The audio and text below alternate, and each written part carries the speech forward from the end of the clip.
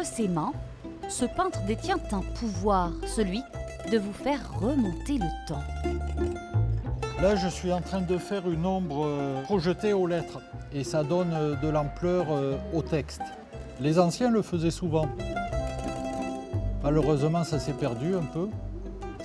À 65 ans, voilà un demi-siècle que Jean égaye les devantures des commerces de village, un savoir-faire hérité de père en fils depuis plus de 150 ans dans la famille Bataille. J'ai des pinceaux qui ont plus de 40 ans.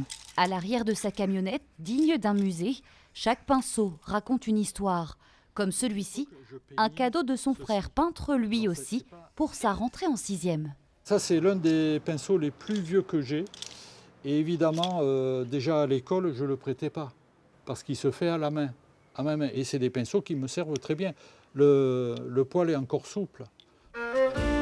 En France, ils ne sont plus qu'une centaine à exercer ce métier. Restent alors aux virtuoses ces techniques ancestrales pour se démarquer. Et à chaque fois, une page blanche à sublimer. D'un client à l'autre, c'est jamais pareil. Je peins sur les murs de château, je peins sur les vieilles voitures, je peins sur des panneaux que j'expédie à Paris, là je peins sur place en Dordogne, c'est magnifique. J'ai beaucoup voyagé avec le métier, c'est toujours de la peinture mais c'est jamais pareil, donc on ne se lasse jamais. Ce commerce prévoit d'ouvrir dans moins de 2 semaines. Jean Bataille aura alors laissé sa signature, un homme de lettres à la carrière toute tracée.